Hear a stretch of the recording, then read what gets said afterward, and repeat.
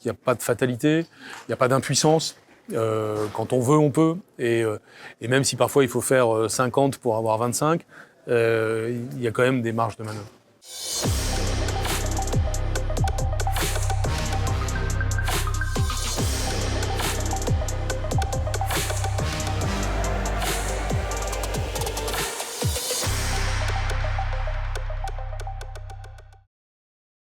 On croit toujours qu'il y a très peu de marge de manœuvre pour les ministres. Et on croyait ça tout particulièrement pour les ministres de l'Éducation nationale, à cause du gigantisme de la machine, à cause de la puissance des syndicats, à cause d'expériences dans le passé qui ont pu laisser penser ça.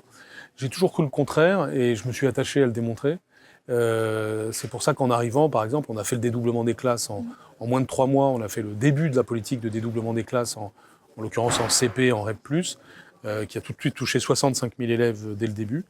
Et c'était ma volonté que de montrer qu'en fait, les marges étaient possibles. Et en fait, la condition pour avoir des marges de manœuvre, c'est d'abord d'avoir un cap, savoir ce qu'on veut.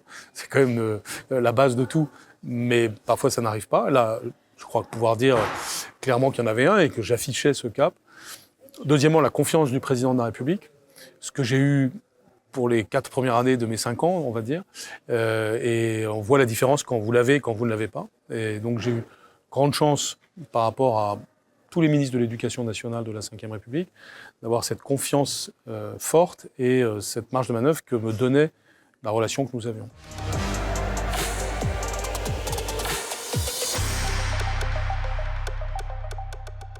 Alors, en période de crise, tous les critères habituels s'exacerbent en quelque sorte. Donc il faut toujours plus de ce qui est de toute façon toujours nécessaire.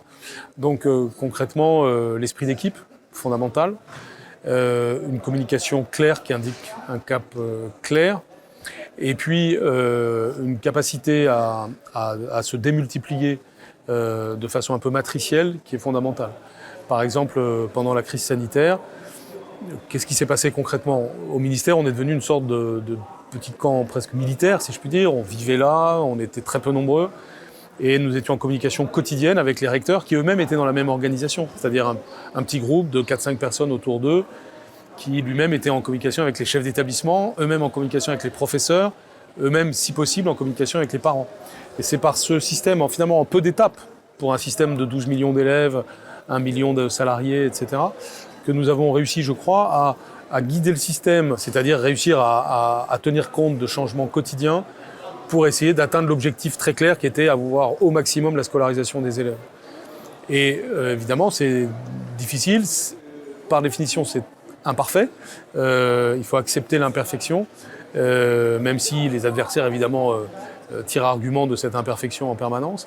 Mais à la fin, ce qui compte, c'est que l'objectif très clair affiché dès le début, par exemple dans mon cas, ouverture des écoles maximum possible, de ce qui est faisable, et bien que cet objectif soit tenu et réussi malgré la crise.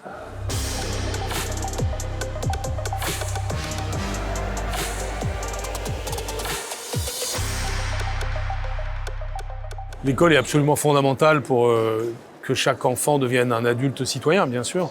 Et ça commence d'abord par des choses très pratiques. En fait, quand à l'école maternelle, on imprime l'idée d'équipe, l'idée de coopération, l'idée qu'on réussit mieux à plusieurs, et en se respectant les uns les autres, on est déjà dans l'éducation d'un citoyen.